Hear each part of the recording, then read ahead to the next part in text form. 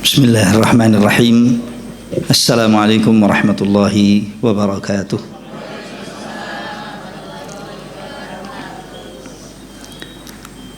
Innal hamdalillah nahmaduhu wa nasta'inuhu wa nastaghfiruh wa na'udzu billahi min shururi anfusina wa min sayyiati a'malina. May yahdihillahu fala mudilla lahu wa may yudlil fala hadiya lahu. Wa asyhadu an la ilaha illallah wahdahu la syarika lah wa asyhadu anna Muhammadan abduhu wa rasuluhu la nabiyya wa la rasula ba'dah. Subhanaka la ilma lana illa ma 'allamtana innaka antal alimul hakim. Allahumma fayassir wa la tu'assir wanfa' barik warham waftah lana futuhal arifin wa fahimna fahmal anbiya wal mursalin wa ibadikal mu'minin al-awliya al-muttaqin as-sadiqin wa anna ma'ahum birahmatika ya arhamar rahimin. Allahumma amin. Allahumma amin.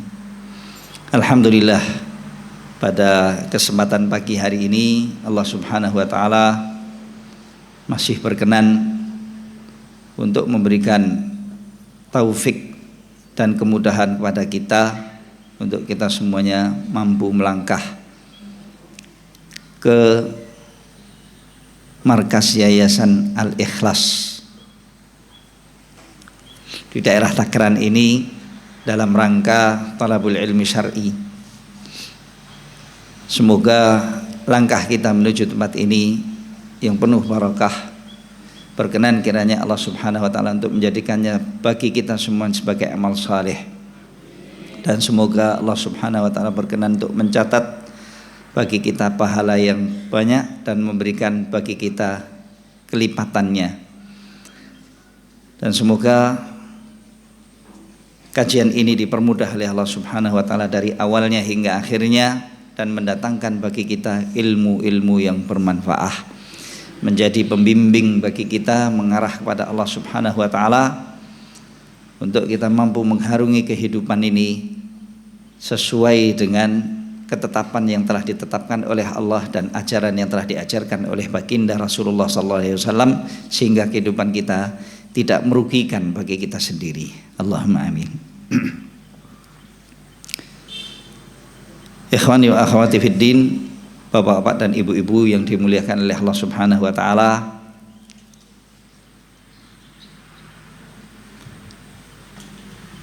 terdapat sebuah hadis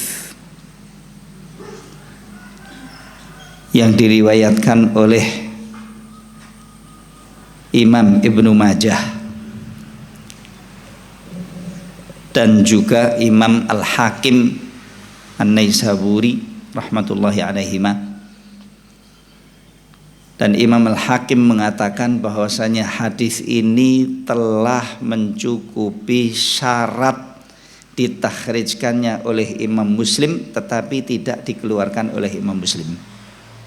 Namun sementara ulama mengatakan bahwasanya posisi hadis ini kurang sahih atau tidak sahih nisbatnya kepada Nabi sallallahu alaihi wasallam, tapi kepada perawinya itu lebih kuat. Perawinya dari sahabat adalah Hudzaifah bin Yaman radhiyallahu taala anhu wa ardahu. Jadi untuk dikatakan ini kata-katanya Hudzaifah lebih aman dan kuat daripada kemudian dinisbatkan kata-kata yang akan saya ucapkan ini nanti kepada baginda Nabi menjadi hadis. Karena penisbatan sesuatu apapun juga kepada Nabi Muhammad SAW jika bukan timbul dari baginda Nabi, baik perkataan maupun perbuatan maupun ikrar suatu ketetapan hukum maupun yang lain, maka adalah merupakan dusta atas Nabi Shallallahu Alaihi Wasallam, dan itu dosa besar. Apalagi kepada Allah, apalagi kepada Allah Subhanahu Wa Taala. Ini prolognya Pak ya, Bu ya. Maka tidak boleh sembrono kita untuk mengatakan bahwasanya Rasulullah bersabda begini, Rasulullah bersabda begitu, Rasulullah memerintah begini, Rasulullah melarang begitu. Ini adalah merupakan syariat yang ditetapkan oleh Rasulullah atau bukan syariat yang ditetapkan oleh Rasulullah. Ini sunnah ataupun ini bukan sunnah, alias bid'ah maupun yang lain. Gak gampang. Dahulu para ulama salaf soleh kita paling takut, di antara yang paling mereka takuti adalah hal ini. Untuk sembrono mengatakan Rasulullah bersabda begini, Rasulullah bersabda begitu. Akibatnya minim sekali periwayatan yang teriwayat dari baginda sahabat. Begitu juga tabi'in. Sedikit sekali. Andai kata semua yang terjadi pada Rasulullah mau diriwayatkan kepada kita, kitab-kitab hadis kita jadi lebih tebal daripada apa yang ada sekarang. Banyak sekali. Kenapa tidak teriwayat? Mereka takut kalau sampai mereka menisbatkan kepada Nabi apa yang bukan dari Nabi. Diancam oleh Rasulullah. Siapa yang mengatakan apapun yang tidak aku katakan, siapa yang mengatakan atas namaku apapun yang tidak ku sebutkan atau tidak ku katakan, maka hendaknya dia booking tempat di neraka, pesen tempat di neraka atau menetap di neraka.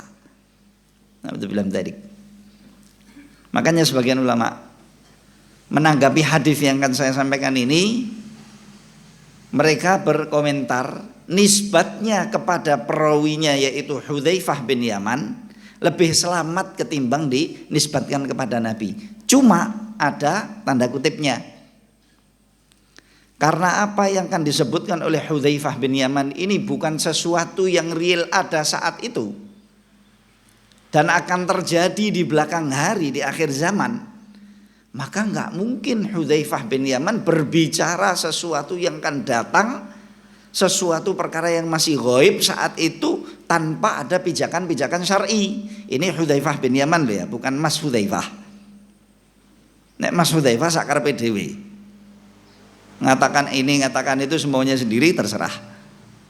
Ini Hudzaifah bin Yaman radhiyallahu taala anhu wa ardahu. Bahkan dikatakan bahwasanya ayahnya beliau itu salah satu yang terbunuh mati syahid di Uhud karena salah bunuh.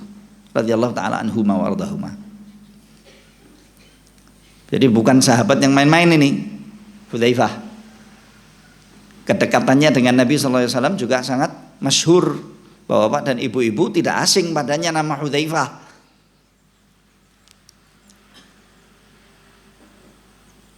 Dalam sebuah hadis yang diriwayatkan oleh Ibnu Majah dan Al-Hakim,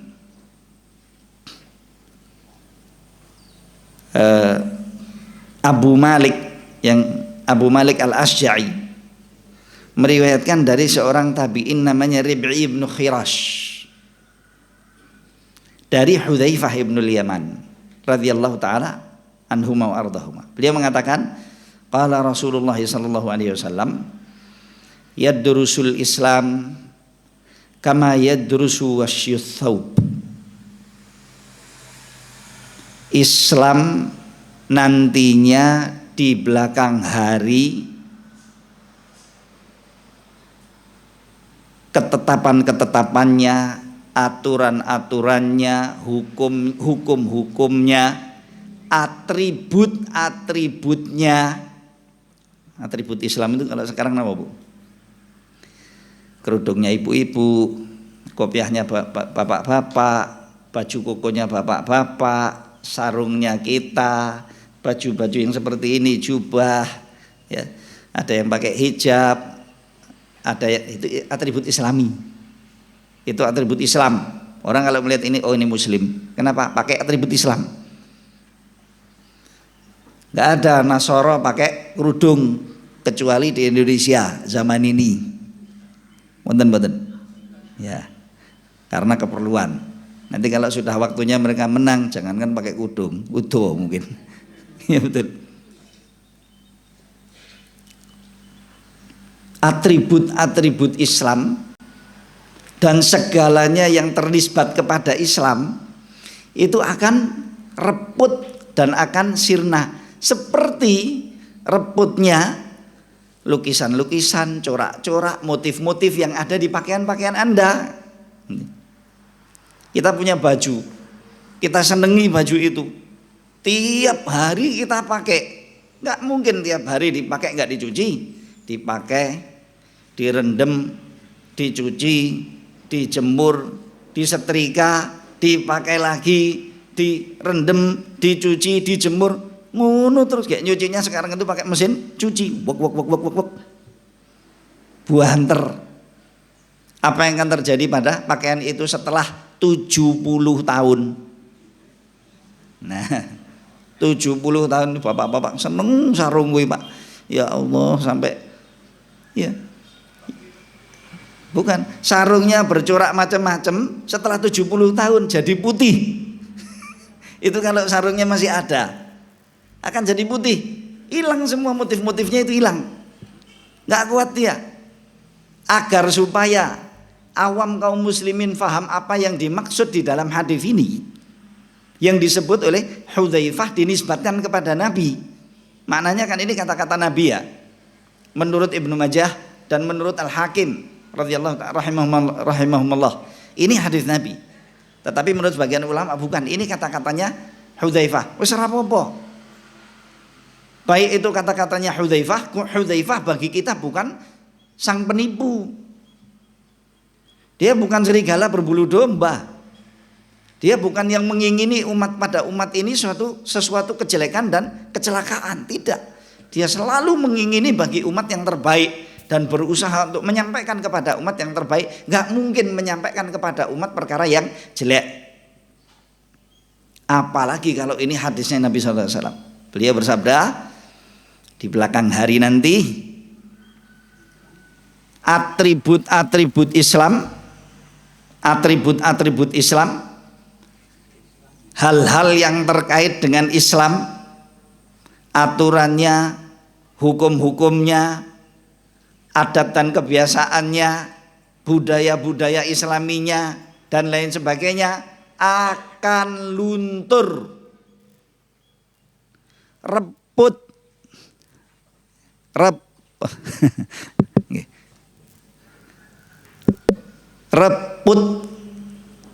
terus luntur, seperti reput dan lunturnya corak-corak, motif-motif, bentuk-bentuk yang ada di pakaian kita. Sablonannya yang dipakai pewarna, pakai sablon itu loh, rontok suwi-suwi.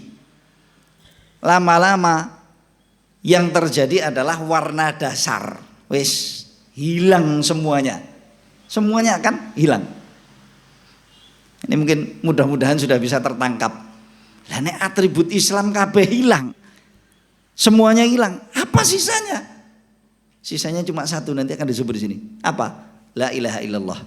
Bayang no Pak Bu, akan terjadi suatu masa nanti tidak ada yang kenal Islam kecuali satu kata tok, la ilaha illallah. Makanya kalau sekarang masih tahlilan Anda masih dapat nikmat.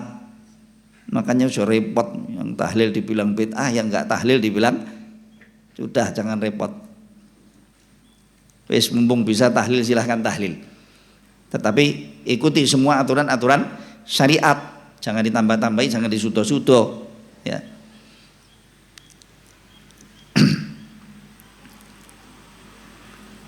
Hatta la yudro, nih biar lebih jelas lagi. Hatta la yudro, hingga tidak ketahuan lagi pada zaman itu dan masa itu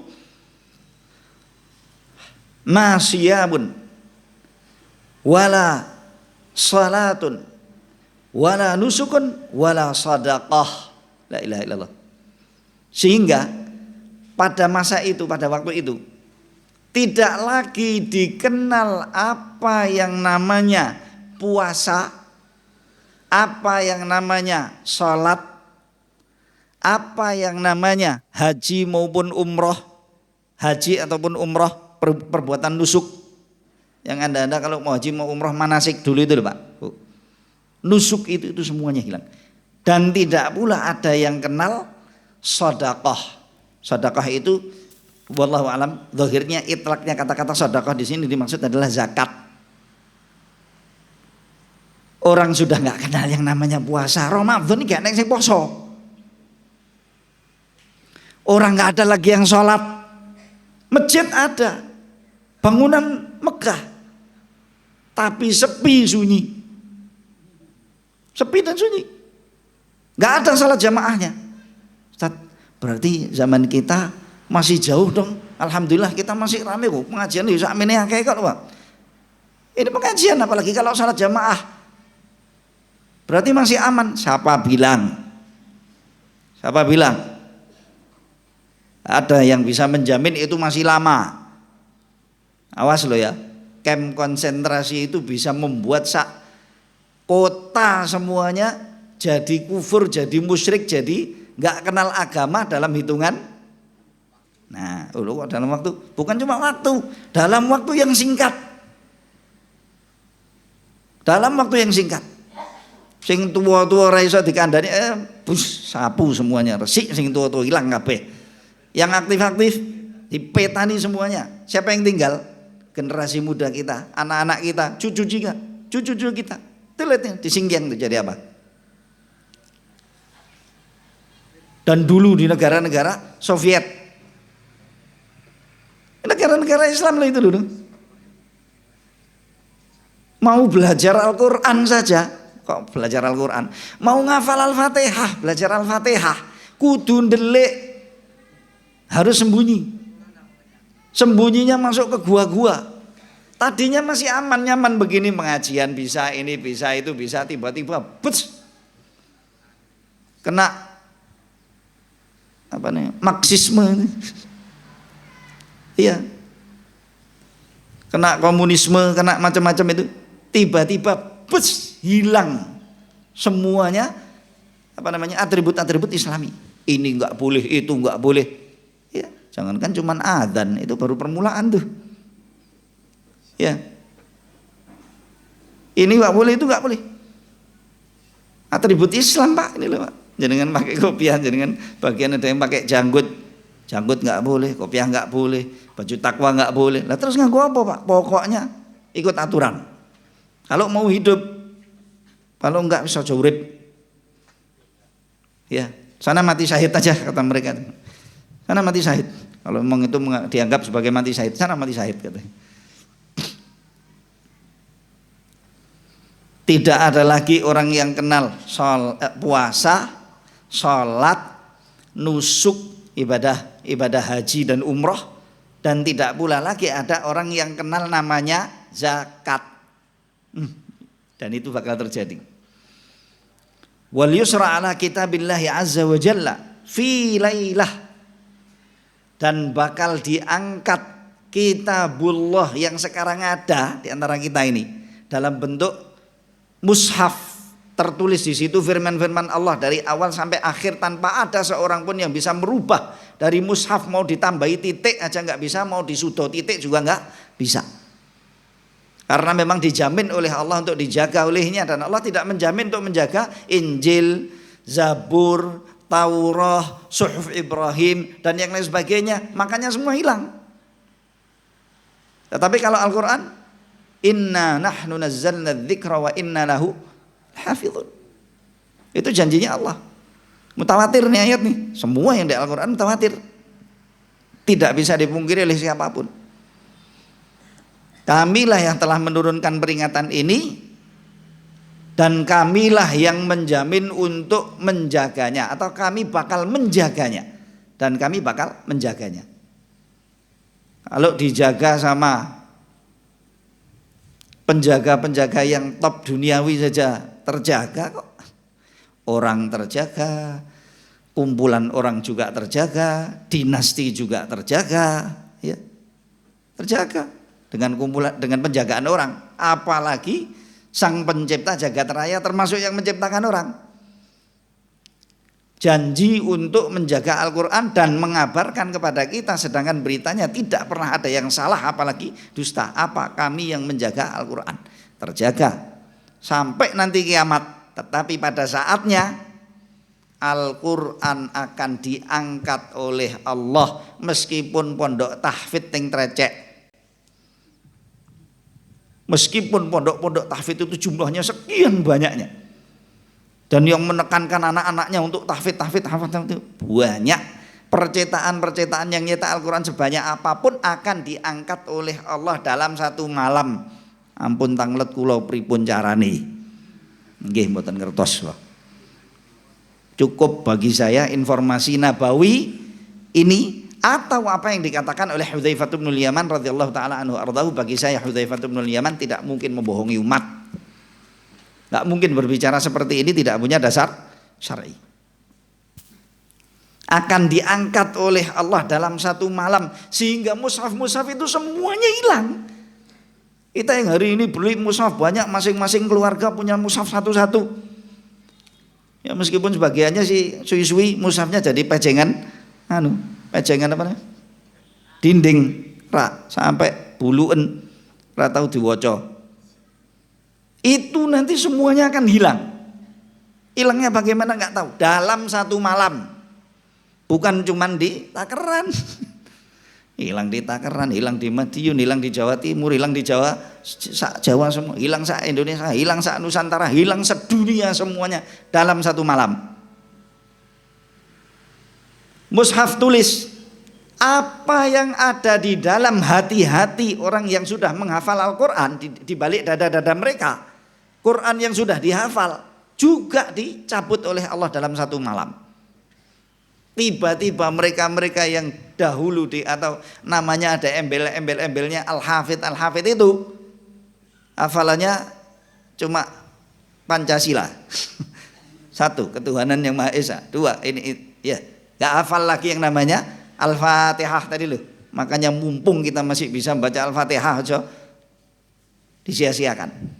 Mumpung kita masih bisa baca Al-Baqarah jangan disia-siakan. Mumpung kita masih bisa baca An-Nas, apalagi kita bisa baca dari Al-Fatihah sampai An-Nas.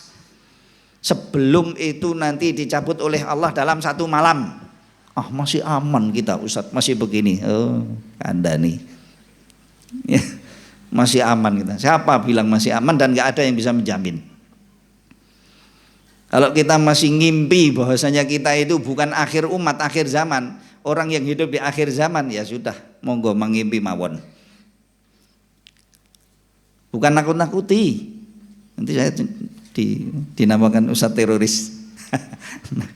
Mungkin ini sabda Nabi SAW sudah disebut oleh Nabi SAW sejak 15 kurun kok. Ya. Dan ini adanya, cuma masih banyak di antara kaum muslimin yang belum pernah dengar hadis ini. Saya terus terang bingung kemarin itu menyampaikan apa ya di Takeran ini. Orangnya militan-militan bagus-bagus genah-genah opo gitu. Nggih. Mudah-mudahan. Amin gitu aja lah kita. Ya. Masya Allah Islamnya juga bagus dan di sini dikenal dengan Islamnya. Tiba-tiba 2 hari yang lalu salah seorang syekh saya itu men-share menyebar di grup. Memang kebiasaannya beliau itu setiap pekan menyebar hadis-hadis di grup. Hadis ini dikeluarkan oleh beliau. Oh, ini mungkin lebih manfaat gitu ya. Untuk mengingatkan diri saya dan saudara-saudari saya kaum muslimin. Baik, kembali.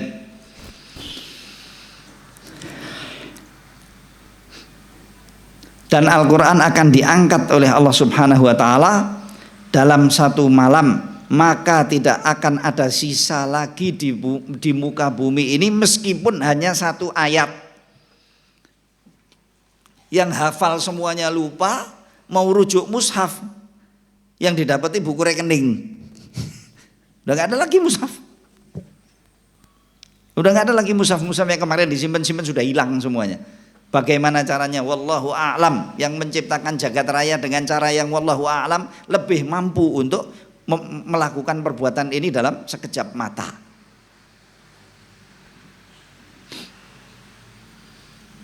Wa tabqa tawaifu minan nas, dan akan ada sisa kumpulan-kumpulan orang atau sebagian orang, asy-syaikhul kabir wal ajuz yaqulun adrakna aba'ana ala hadhil kalimah.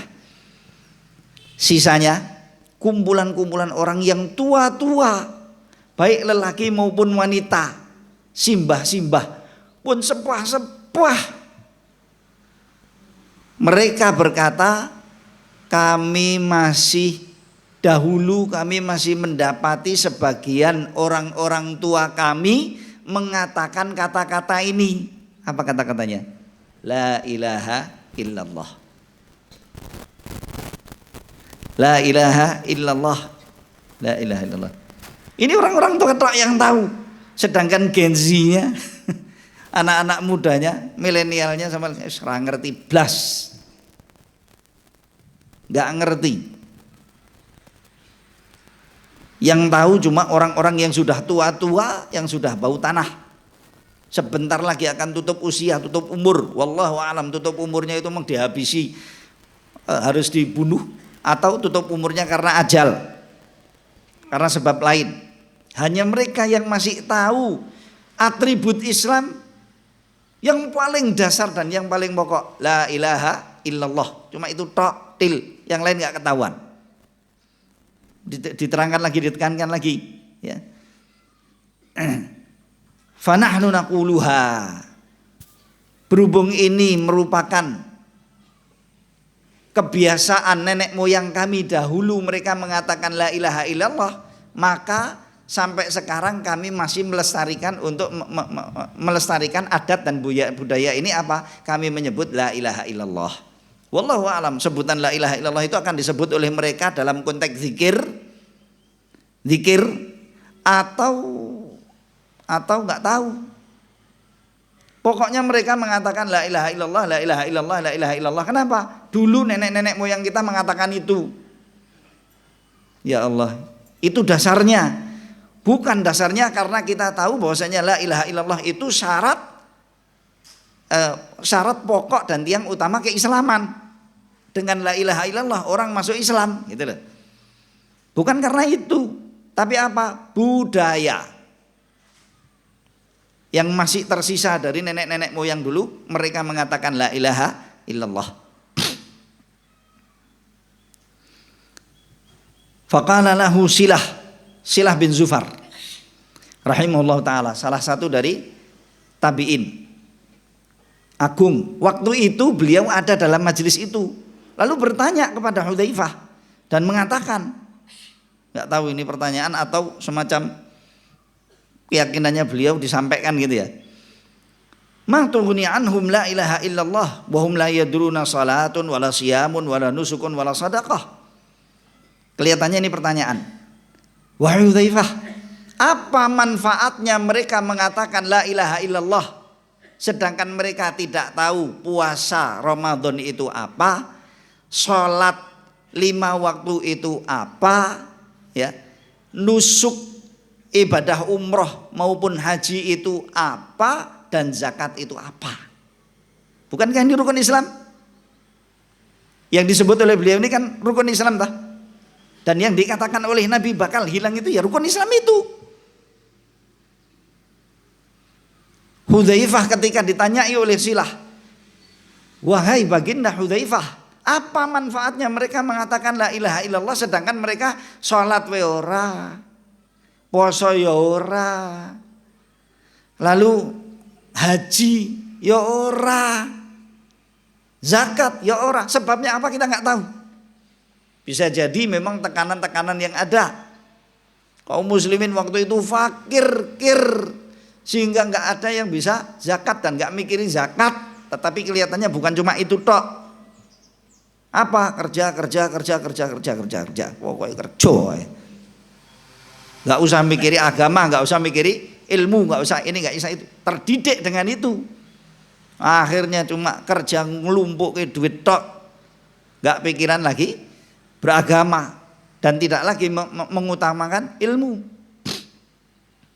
Jangankan kajian ilmiah begini, pengajian baik Ahad maupun Jumat nggak ada, hilang semuanya. Udah nggak ada yang perhatian dengan ilmu. Apa manfaatnya mereka mengatakan seperti itu? Apakah bermanfaat? Lalu apa yang terjadi dari Hudzaifah? Ya. Ketika ditanyai pertanyaan itu oleh Silah, beliau berpaling, ngeten lho Pak. Silah bertanya di sini, apakah manfaat? Berpaling. Lalu Silah berputar lagi, ya baginda Hudzaifah, Itu kata-kata la ilaha illallah yang dikatakan oleh orang-orang itu, apakah bermanfaat bagi mereka sedangkan mereka tidak mendatangkan rukun Islam? Ngerti saja tidak loh, apalagi kemudian melaksanakan, mendirikan sholat. Tidak. Berpaling lagi Hudzaifah, takut, ngeri untuk menjawab. Ketiga kali dikejar terus sama muridnya, baru kemudian dijawab oleh Hudzaifah dan ditekankan oleh Hudzaifah 3 kali. Ya silah tunjihim minan nar. Ya silah tunjihim minan nar. Tunjihim minan nar. Diulang 3 kali oleh beliau. Wahai silah, itu akan menyelamatkan mereka dari api neraka. Itu akan menyelamatkan mereka dari api neraka. Itu akan menyelamatkan mereka pokoknya dari api neraka. Titik. Tapi nek muslim takeran hari ini mengatakan la ilaha illallah, gak sholat, gak puasa, gak zakat, gak haji, selamat dari neraka? Pak, Bu, kula tanglet, selamatkah mereka dari api neraka? Oh, gak tahu ya, itu urusannya Allah. Tetapi dari aturan-aturan syariat kita yang ada, dari Al-Quranul Karim maupun dari sunnah-sunnah Nabi, dan dari penjelasan dan penjabaran ulama kita, gak ada kata-kata la ilaha illallah yang berfungsi sebagai kunci pembuka surga, kecuali kunci itu harus ada geriginya. Kuncinya ompong. Iya no. Bagaimana bisa difungsikan untuk membuka keridhaan Allah dan surga? Gak bisa. Dan itu pun dikatakan oleh sebagian ulama tabi'in dulu. Tidak ada kata-kata la ilaha illallah yang berfungsi sebagai kunci surga, bisa untuk digunakan membuka surga, kecuali harus punya gerigi. Geriginya apa? Amal dengan syariat. Paling pokok ya, rukun-rukun Islam. Paling pokok rukun-rukun Islam. Jadi ini secara aturan hukumnya. Masalah nantinya Pak, di zaman kita ini kan ya Allah, saya kalau mau bilang nggak sedikit ya ngeri. Kalau mau dibilang banyak ya ngeri, kita bilang nggak sedikit ya gimana gitu ya. Muslimin di Indonesia saja. Padahal Indonesia itu negeri Islam yang terbesar sedunia. Bahkan kita sebut sekalipun di negeri-negeri Arab yang sekarang diistilahkan dengan Timur Tengah itu. Di Arab, negeri-negeri Arab sana. Mana? Mau sebut, Anda mau menyebut mana? Syamnya, mau menyebut Najdnya, mau menyebut semua. Jumlah gak sedikit orang mengatakan la ilaha illallah tapi gak mendatangkan rukun Islam. Irungnya yang bangir, kelambine yang ngeten iki. Iya betul. Nasabnya malah sebagian menyambung kepada, mungkin bisa jadi nyambung kepada Nabi, nyambung kepada Abu Bakar Siddiq, nyambung kepada Umar bin Khattab, nyambung kepada orang-orang besar. Wallahu a'lam nasab kita nyambung ke siapa. Ya, orang-orang sana saja loh ya. Begitu berani meninggalkan geriginya la ilaha illallah dan syarat-syarat keislaman atau rukun-rukun keislaman. Ditinggal oleh sebagian mereka, apalagi yang di sini. Tapi jangan dijadikan justifikasi pembenar. Buset, yang di sana saja nggak sholat, kita di sini kok dikuyok-kuyok orang sholat. Kan itu sholat itu kan hidayah dari Tuhan. Kalau hidayah diberikan kepada kita, kami kan akan bisa. Tapi kalau kami belum dapat hidayah, mbok yo iso dikuyok-kuyok. Ya saya tahu nggak dikuyok-kuyok. Cuma Anda kalau sudah masuk Islam tuh ya mbok jangan merusak Islam gitu loh. Jangan merusak Islam. Kalau memang nggak mau sholat, nggak mau zakat, nggak mau puasa, masuk saja ke agama Nasraniyah. Ngapain dompleng ning Islam? Akhirnya jadi rusak dengan orang-orang itu. Bukan begitu. Akhirnya nanti mereka kalau punya anak keturunan, jadi ini kayak opo anak keturunannya Pak Bu. Kalau dia sendiri nggak mau perhatian dengan agamanya, nggak mau perhatian dengan ilmunya, ilmu dinnya. Makanya Hudzaifah itu sampai berpaling loh. Apakah kata-kata la ilaha illallah itu akan bermanfaat bagi mereka, wahai Hudzaifah? Apakah bermanfaat? Enggak mau, ya Allah, berat bagi dia untuk menjawab. Tapi terus dikatakan oleh beliau menyelamatkan, katanya. Menyelamatkan dari api neraka itu bukan artinya kemudian selamat dari transit. Bapak-bapak, ibu-ibu kalau pergi haji, umroh yang agak murah sedikit kan nanti kan transit rono, transit rene, mandek rono, mandek rene, kayak suwi kadang-kadang. Di negara itu suruh nongkrong di airport kadang sampai 5 jam, sampai sekian jam. Ya. Sampai kepengen-pengen terbang lagi, aduh ya Allah kapan? Nah itu transit. Nanti akan ada usatul muwahhidin, orang-orang yang mengatakan la ilaha illallah Muhammadur Rasulullah tapi tukang maksiat, yang akibatnya karena maksiatnya dosanya besar-besar, sudahlah besar-besar banyak sisan, atau dosanya kecil-kecil tapi sregep, tidak ada tidak ada jedanya, terus STMJ, salat terus maksiat ya jalan. STMJ. Kalau di Solo itu STMJ susu telur madu jahe. Nggak tahu kalau di sini apa namanya. Sama Pak. Mboten nonton kita di sini. Ya. Jadi terus gitu.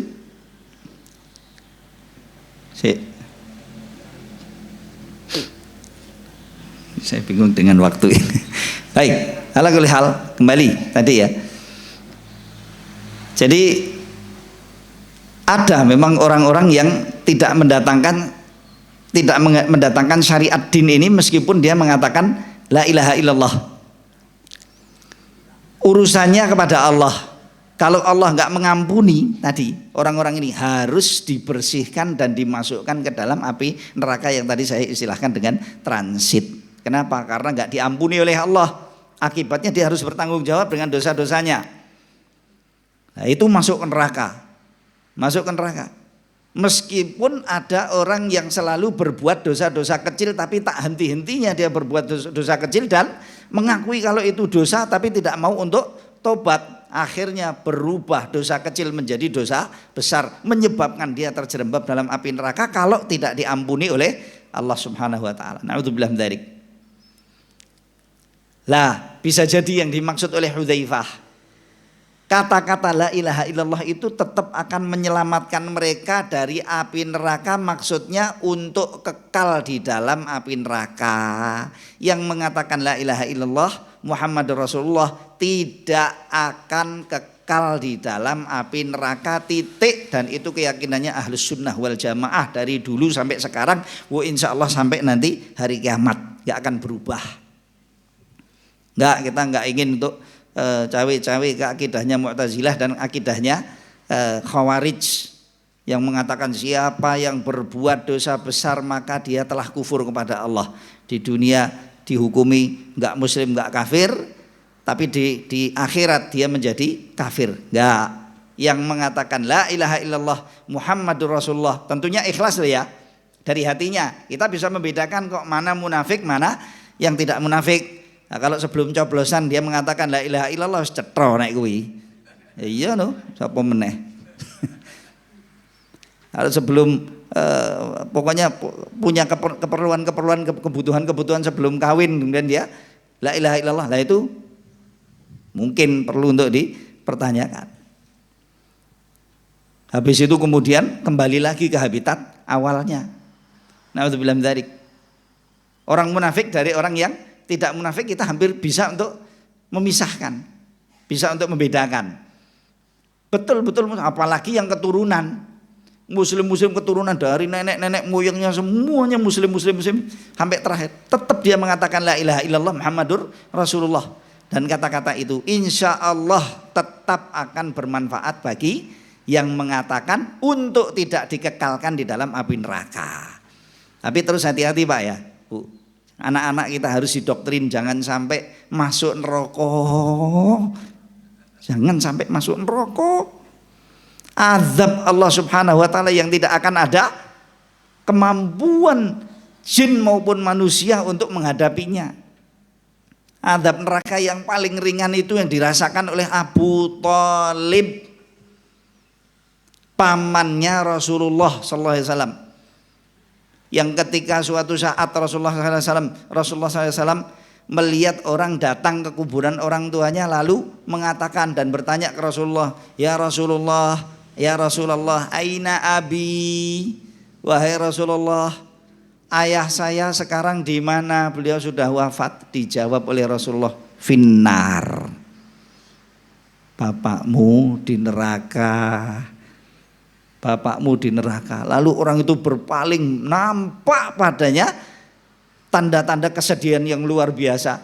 Lalu dipanggil oleh Rasulullah, tolong panggil orang itu. Mana itu? Ada apa ya Rasul? Pokoknya panggil suruh ke sini. Lalu berbalik orangnya. Lalu Rasulullah mengatakan, inna abi wa abaka finnar. Sesungguhnya bapak saya dan bapakmu dua-dua di dalam api neraka. Nah ini menurut sebagian ulama, yang dimaksud oleh Nabi dengan bapaknya di sini itu bukan ayahnya beliau yang namanya Abdullah, tetapi Abu Thalib, karena paman seseorang itu nilainya senilai ayah, posisinya juga seposisi ayah. Maka siapapun di antara kita yang ayahnya meninggal, pamannya yang akan menjadi posisi ayahnya dia. Itu Ammur rajuli sin wa abih, kata Rasulullah SAW. Paman dari bapak seseorang itu senilai dan sederajat dengan ayahnya. Makanya Nabi menjawab dengan pertanyaan, dengan jawaban ini, sesungguhnya ayah saya dan ayahmu dua-dua dalam api neraka. Apa yang terjadi pada Abu Thalib di neraka? Masuk di neraka, diadab, kemudian disyafaati oleh Rasulullah SAW. Akibatnya diangkat oleh Allah dan diringankan oleh Allah, diposisikan fi dhahim min nar, di pinggirannya api neraka. Enggak dicelupkan, tapi di pinggirnya tok, di pinggirnya api neraka. Apa bentuknya? Disuruh memijak kerikil atau disuruh mengenakan selop sandal neraka, akibatnya mendidih otaknya. Otak loh ya, saya bukan bilang akal. Kalau akal itu letaknya di hati sanubari, tempat berpikir kita. Sedangkan otak ini alat pikirnya, dan otaknya manusia di atas kepalanya sini mendidih. Mendidih otaknya dari panas adab neraka itu. Rasanya kaya apa? Wallahu a'lam. Itu yang paling ringan. Yang paling ringan. Di mana Nabi Hasan pernah ditanya, wahai Rasulullah, di mana pamanmu Abu Thalib? Dia di pinggiran api neraka. Tentunya karena syafaat Nabi. Kalau bukan karena saya, kata Nabi Hasan, maksudnya karena syafaat saya, niscaya beliau akan berada di keraknya api neraka paling dalam. Abu Thalib, Pak, Bu, Anda membela Nabi sallallahu alaihi wasallam seperti Abu Thalib kah? Anda merekomendasikan anak Anda untuk menjadi mukmin dan muslim militan yang akhirnya jadi Ali bin Abi Thalib seperti Abu Thalib kah? Anda berbuat ini, berbuat itu, membentengi Nabi sallallahu alaihi wasallam seperti Abu Thalib kah kita ini? Kalau Rasulullah dicela, kita di sini ngapain? Kalau Rasulullah SAW diejek-ejek, kita di sini ngapain? Mendidih kan darah kita. Abu Thalib itu dulu berdiri di hadapan Quraisy semuanya. Kalian tidak akan bisa menyentuh Muhammad sampai kalian melangkahi jasad saya dan roh saya, kata. Aku kudu mati sih. Kalau kamu mau berbuat jelek atas Muhammad SAW, saya bentengi dia. Kok mlebu ning mlebu ning Islam toh. Dia memuji-mujinya Islam luar biasa. Walaqad alimtu anna dina Muhammadin min khairi adyanil bariyati turra. Beliau mengatakan dalam bentuk syair, saya telah tahu bahwasanya ajaran agama Muhammad ini sebaik-baik ajaran agama yang ada, atau semuanya yang paling baik. Tapi kok disuruh masuk Islam nggak mau? Nah di sini baru kita jawab hidayah. Hidayah satu. Sebabnya kenapa? Makanya jangan dekat-dekat, rukun-rukun, bergabung dan bersatu dengan orang-orang yang zalim. Wala tarkanu ilal ladzina zalamu. Kenapa? Fatamassakumun nar. Jangan kalian itu rukun, mendekat, apalagi bersatu, apalagi dukung, apalagi bela, Cetok nek orang munafik, cetok kalau orang jelek, cetok kalau orang malah digabungi. Kenapa? Duit. Akhirnya apa? Kalau ketika mau mati Abu Thalib, dari sebelah kanannya ada Rasulullah memotivasi beliau untuk mengatakan la ilaha illallah, ya am qul la ilaha illallah kalimatan uhajjulaka biha indallah. Wahai paman, katakan la ilaha illallah. Satu kata saja, satu kalimat saja. Niscaya saya akan membela kamu mati-matian kelak di hadapan Allah Subhanahu wa taala. Di sebelah kirinya Abu Jahal, Abu Lahab, abu-abu semuanya itu tuh, pokoknya abu-abu kayak ya.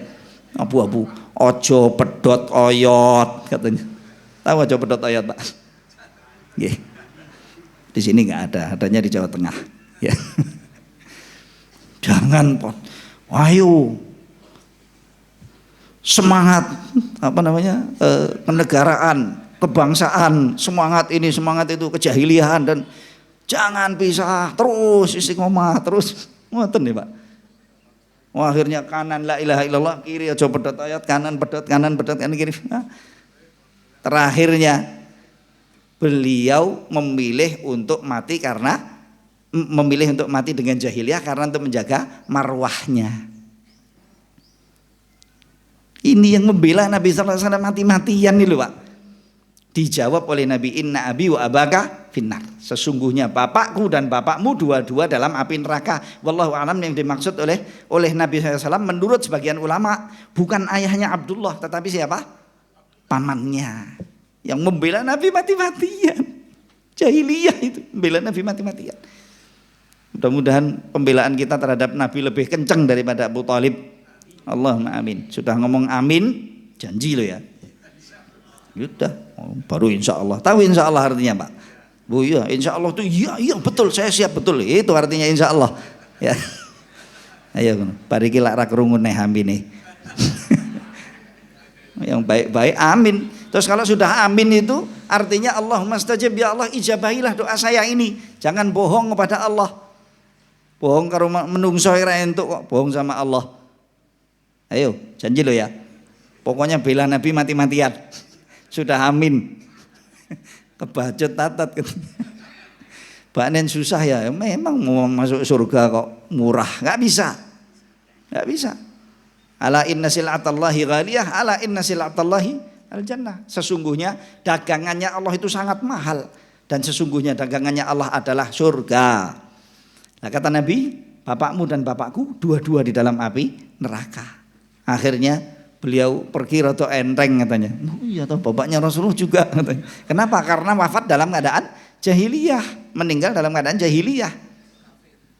Itu agak meringankan. Wah, ini oyak-oyakan waktu. Maaf ya. Kembali. Jadi Hudzaifah ketika mengatakan la ilaha illallah akan menyelamatkan orang yang mengatakan, wallahu a'lam, yang dimaksud adalah menyelamatkan mereka dari kekekalan. Kalau yang terjadi adalah muslim mengatakan dan menyatakan la ilaha illallah Muhammadur Rasulullah tapi sembrono, tapi dia sembrono dengan ajaran agamanya, sedangkan dia jujur. Dia betul-betul jujur, cinta Allah, cinta Rasul, tapi syahwatnya dan hawa nafsunya itu terus ngalah-ngalahi dia. Nah, kalau mau transit di neraka 1 abad ya monggo. Sana bela saja, sana nggak usah bela Allah, nggak usah bela Rasulullah, nggak usah bela Islam, belanan saja sana. Munafik, fasik, apalagi yang kafir, silahkan dibela. Paling cuma kecemplung neraka seabad, 2 abad, 3 abad. Wa inna yauman 'inda rabbika ka alfi sanatin mimma ta'udun. 1 hari di sisi Tuhanmu seperti 1000 tahun dalam hitungan hari-hari kamu. Ini dalam satu ayat yang lain. Ta'rujul malaikatu warruhu ilaihi fi yaumin kana miqdaruhu khamsina alfasanah. Malaikat naik kepada Allah dalam satu hari yang hitungannya 50.000 tahun. Hanya sedino ini 50.000 tahun. Sepekannya berapa? Jangan bilang seminggu loh ya, sepekan. Sepekannya berapa? Hitungan dewe. Sebulannya berapa? Hitungan dewe. Seabadnya. Ayo garing, bukan garing tok. Remuk. Akan ada orang-orang yang diselamatkan oleh Allah dari api neraka dengan syafaatnya Allah, sedangkan mereka telah umtuhisu. Umtuhisu itu artinya telah menjadi apa namanya itu? Abu yang tadinya jadi kayak napa niku? Areng. Abu terus sudah reput-reput itu nih. Ya seperti itu. Dari suwi ning neraka itu terus diselamatkan oleh Allah. Wallahu alam berapa juta tahun dia harus transit di sana, itu namanya transit lah, itu transit temenan itu. Ya. Transit beneran. Ya kalau mau merasakan silahkan, apalagi pakai sogok-sogokan 50.000, 100.000. Katanya kemarin rame tuh sampai 500.000 barang tuh Pak. Iya. Tapi gopo tuh 500.000. Itu dia. Ya. Ini peringatan toh, apa? Ya. Baik. Ini nggak ada ya, alhamdulillah. Mudah-mudahan semua satu suara ya, jangan banyak-banyak toh Pak itu. Oke, kembali. Jadi di sini Hudzaifah menyebut itu, menyebut mereka yang sembrono. Maksudnya yang dimaksud oleh Hudzaifah dalam hadis ini menyelamatkan diri mereka dari api neraka adalah mereka yang sembrono. Atau nanti akan datang suatu zaman syariat Islam itu semuanya akan hilang, sebagaimana yang disebut oleh Nabi SAW dalam hadis yang lain. Apa? Tunqadu ural islami urwatan urwah awwaluha al-hukmu wa akhiruha as-salah. Simpul-simpul Islam ini akan dibongkar dan dibuka satu demi satu. Kalau dibongkar dan dibuka itu tentunya dengan paksaan. Akan dibongkari satu-satu. Awal yang akan terbongkar dari simpul-simpul Islam adalah hukum. Dan akhirnya sholat. Simpul-simpul akad-akad kita dengan Allah dalam menyatakan la ilaha illallah Muhammadur Rasulullah itu, di antaranya kita siap berhukum dengan hukum Allah dan hukum yang diajarkan oleh Rasulullah. Tapi nanti di belakang hari hukumnya seorang muslim sudah bukan lagi hukum Allah, tapi yang dikatakan oleh mereka hukum negatif. Positif ya. Gak ada yang lebih positif daripada syariat Allah. Blas. Kapanpun, dimanapun, saat ini Indonesia sekalipun. Kalau mukmin, kalau muslim, itu yang harus menjadi keyakinan matangnya dan mantapnya dia. Bahwasanya memang saya pasrah kepada Allah. Siap untuk diatur oleh Allah dengan segala aturan yang ditetapkan oleh Allah dalam kitab sucinya dan segala yang diaturkan dan ditetapkan oleh Rasulullah di dalam sunnah-sunnahnya. Baru muslim. Kalau enggak bukan muslim. Muslim itu artinya kan pasrah. Menyatakan la ilaha illallah Muhammadur Rasulullah, mengaku muslim tapi gak gelem diatur. Piye? Awalnya hukum, akad-akad itu akan dibongkar semuanya. Awalnya hukum. Silahkan lihat sekarang di negeri kita apa yang terjadi. Masih adakah hukum syar'i? Masih berjalankah hukum syar'i? Masih Pak, apa di KUA. Alhamdulillah kalau masih ada sisanya. Kalau masih ada sisanya ya alhamdulillah. Tetapi ini jadi tanggung jawab bersama untuk kita kembalikan semuanya. Jangan kemudian mengatakan alhamdulillah masih ada di KUA, ya berarti kita sudah Islam terus menengai. Ya enggak bisa. Enggak bisa. Kita punya PR sedemikian besarnya dan sedemikian beratnya, dan ini tugasnya umat, bukan tugasnya personal maupun kelompok-kelompok tertentu. Tidak, semua umat mendapat tugas tersebut untuk mengembalikannya dengan baik. Jadi Rasulullah menyebut akan terbongkar ya simbol-simbolnya Islam. Pertama hukum, dan akhirnya yang paling mendasar yaitu tiang Islam, sholat. Itu akan dibongkar. Seperti apa kita nggak tahu ya Allah, nggak bisa menggambarkan saya. Nggak bisa menggambarkan.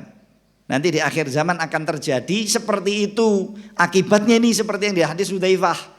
Ada orang menyatakan la ilaha illallah tapi nggak kenal dengan rukun-rukun Islamnya. Ini nggak kenal loh Pak. Akibatnya karena dia tidak kenal, tidak tahu rukun-rukun Islam itu, maka cukup bagi dia untuk mengatakan dan menyatakan la ilaha illallah Muhammadur Rasulullah, dan kata-kata itu betul-betul akan menyelamatkan orangnya dari neraka. Betul, itu akan menyelamatkan dia dari neraka. Aja meri Pak awake dhewe ngene. Lho kok penak ngatakan la ilaha illallah tok terus selamat dari api neraka. Ya, tentunya Bapak-bapak, kita yang sekarang ini ada kemudahan dari Allah mengatakan la ilaha illallah, kemudian menjaga rukun-rukun Islam kita, rukun-rukun iman kita, bahkan kita menjalankan yang wajib dan yang nafilah, dan yang sunnah-sunnah dipermudah oleh Allah bagi kita. Ini kesempatan mahal sekali. Ayo kita gunakan semaksimal mungkin, dan derajat kita saat ini insya Allah nggak akan sama dengan derajat mereka yang masuk surga gara-gara la ilaha illallah tok.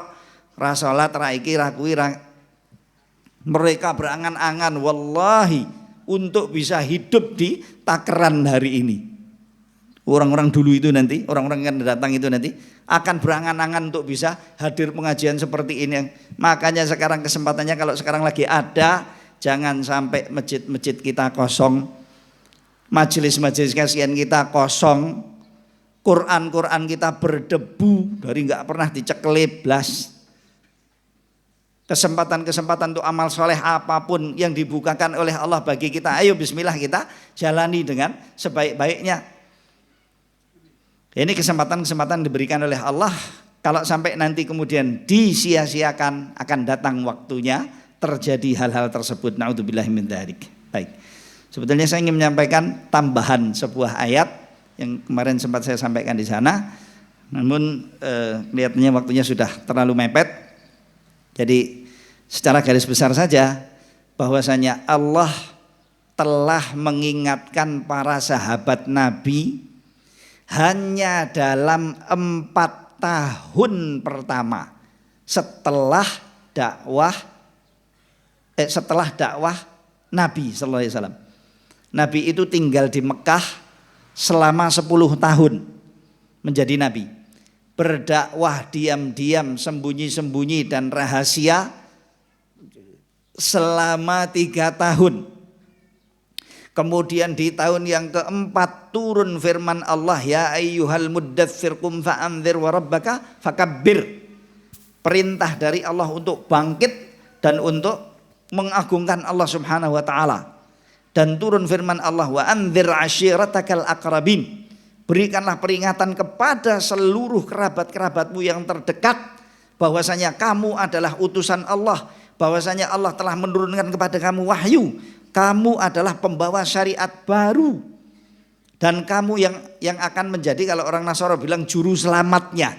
Sampaikan itu kepada mereka terang-terangan. Begitu disampaikan oleh Nabi di atas mimbar yang namanya Bukit Sofa, bukan ini ya, di atas Bukit Sofa, langsung Nabi sallallahu alaihi wasallam dicecar, ditekan, dan mulai ada permusuhan kepada Nabi sallallahu alaihi wasallam dengan terang-terangan. Dan yang dahsyat, mulai dari detik itu memang sudah ada cibiran-cibiran, sindiran-sindiran, tekanan-tekanan, sebelum itu sudah ada, tetapi nggak seberapa. Begitu Nabi SAW mengundang mereka ke sofa, lalu Nabi SAW mengumumkan bahwasanya dirinya adalah Nabi dan membawa risalah tauhid, bertentangan dengan budaya dan agama yang dianut oleh Quraisy. Langsung yang pertama kali memusuhi dan protes dengan Nabi SAW adalah pamannya sendiri, Abu Lahab. Tabban laka sairal ayyam alihada jama'atana. Celaka kamu sepanjang harimu, hanya untuk ini kamu mengumpulkan kami di sini. Saya kira urusan penting, saya kira urusan besar. Nabi dicelaka-celaka nih. Nabi dihina-hinakan seperti itu. Gak lama setelah itu turun surat Al-Masad Al-Lahab yang menjadi vonis ilahi bahwasanya Abu Lahab karo bojone Ummu Jamil dua-dua menjadi penghuni neraka yang menyala-nyala dan gak bakal masuk Islam. Akhirnya sampai mati mereka berdua tidak masuk Islam. Kalau sampai mereka berdua masuk Islam, surat Al-Hafiz yang salah. Iya no? Dan ini mukjizat Nabi SAW yang luar biasa. Enggak, subhanallah, Allah enggak memberikan hidayah kepada pamannya Nabi sendiri loh. Memutus Nabi SAW. Permusuhan jadi luar biasa di bawah pimpinan Jenderal Abu Jahal. Iya, Jenderal Abu Jahal. Atau Pak Raja dan Pak Presiden Abu Jahal waktu itu. Permusuhan yang luar biasa ke Nabi SAW. Dan Nabi SAW diusahakan untuk ditekan, bahkan terakhirnya dimakar. Dan siapa saja yang mengikuti Nabi mendapatkan tekanan-tekanan yang luar biasa. Islam di awal-awalnya dengan tekanan yang luar biasa. Keislaman mereka kokoh, mereka tabah, mereka kuat waktu itu loh ya. Menjaga syariatnya luar biasa meskipun syariat ajaran agama belum sekomplit setelah selesainya dakwah Madaniyah. Belum komplit waktu itu. Tapi solid mereka berpegang teguh dengan agamanya, solid, sangat kuat. Sangat kuat, luar biasa. Dan betul-betul berpasrah kepada Allah dan Rasulnya. Menjalankan semua yang menjadi perintah dan tuntutan Allah dan Rasulnya. Dan menjauhi semua larangan-larangan Allah dan Rasulnya. Waktu itu kuat betul. Tahun yang keempat turun firman Allah Subhanahu wa taala surat Al-Hadid ayat 16. Alam ya'ni lil ladzina amanu an takhsha'a qulubuhum li dzikrillahi wa ma nazala minal haqq. Apa belum datang wayahnya? Apa belum datang waktunya bagi mereka-mereka yang beriman untuk khusyuk hatinya dan mengikuti apa yang telah diturunkan oleh Allah dari kebenaran syariat ini. Dan mereka tidak menjadi seperti ahlul kitab yang sebelum mereka. Dan mereka tidak tiru-tiru dengan ahlul kitab yang sebelum mereka. Ahlul kitab itu Yahudi dan Nasrani.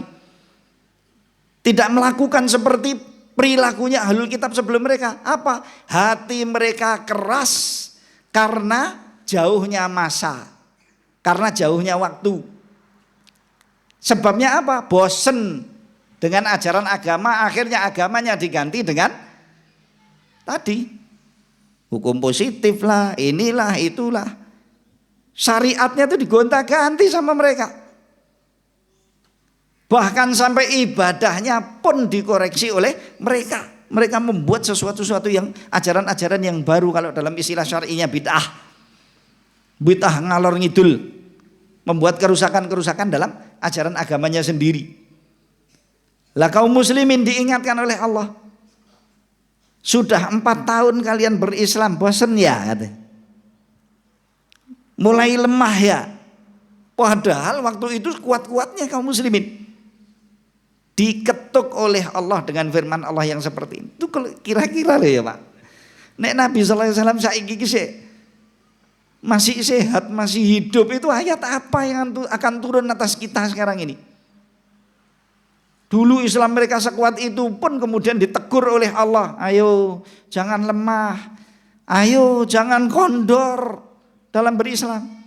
Ayo jangan lemah. Jalankan din ini, jalankan syariat ini seikhlas hati. Begitu. Dan tentunya kita ketika mau menjalankan din dan syariat ini, tuntutan atas kita untuk kita itu tahu agama kita, tahu din kita. Maka mempelajari Islam ini akan jadi mempeng. Bagus itu kalau program yang ada memperbaiki pendidikan. Itu luar biasa bagusnya. Tetapi tentunya kualitasnya yang ditekankan. Mudah-mudahan itu yang terjadi. Ya. Karena kalau agama ini nggak difahami, siapa yang mau menjalankannya? Nggak bisa. Baik. Jadi Allah menegur mereka dengan ayat ini. Silahkan, waktunya nggak cukup. Silahkan nanti bapak-bapak dan ibu-ibu baca ayat ini. Surat Al-Hadid ayat 16. Baca apa ayat ini, apa artinya, apa sebab nuzulnya, apa petunjuk-petunjuknya. Insya Allah akan banyak manfaatnya buat kita semuanya. Dulu mereka baru 4 tahun sudah ditegur oleh Allah dengan ayat ini, sedangkan kita wallahil azim masuk Islam dari sejak nenek moyang kita. Sekarang kita sudah umurnya 50 tahun, 60 tahun, 70 tahun. Kira-kira loh kalau mau ada ayat teguran itu tegurannya kayak opo gitu. Betapa beratnya. Maka dari itu semoga Allah Subhanahu wa taala dalam kesempatan yang baik ini kita mohon kepadanya, meminta kepadanya, bertadarruk kepada Allah, berkenan kiranya Allah Subhanahu wa taala untuk menjadikan kita semuanya dari golongan hamba-hamba Allah Subhanahu wa taala mukmin yang sejati, muslim kepada Allah, pasrah kepada Allah, rela kepada Allah dan Rasulnya, dan rela dengan dinnya sebagai aturan ajaran dan syariat untuk kita jalankan semampu kita. Dan semoga kita semuanya diberi kemampuan oleh Allah Subhanahu wa taala untuk istiqamah sebelum datangnya waktu di mana atribut-atribut Islam akan dicabut oleh Allah. Dan semoga Allah tidak menyampaikan kita dalam masa tersebut. Dan semoga Allah Subhanahu wa taala berkenan untuk memberikan kemampuan kita semuanya untuk bersyukur kepada Allah dengan nikmat keislaman dan keimanan dan keadaan yang sekarang sudah dititipkan oleh Allah Subhanahu wa taala. Untuk kita menggunakan diri kita, waktu kita, kesempatan kita, keluarga kita, masyarakat kita dan negeri kita bersyukur kepada Allah dengan kesyukuran yang sebaik-baiknya.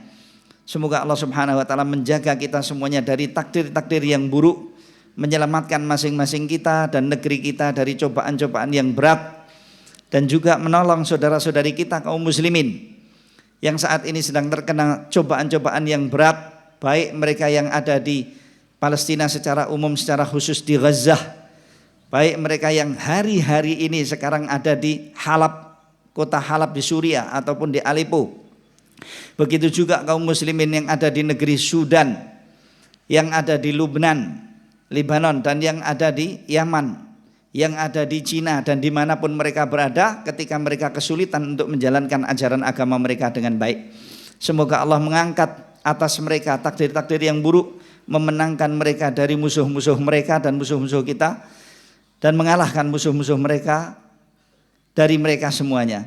Dan semoga Allah Subhanahu wa taala berkenan untuk menjaga diri kita, keluarga kita, negeri kita dari cobaan yang berat. Semoga Allah Subhanahu wa taala berkenan untuk menyelamatkan kita di dunia kita, dalam urusan din kita, dan ketika kelak kita dikembalikan oleh Allah Subhanahu wa taala di alam barzah dan kubur kita.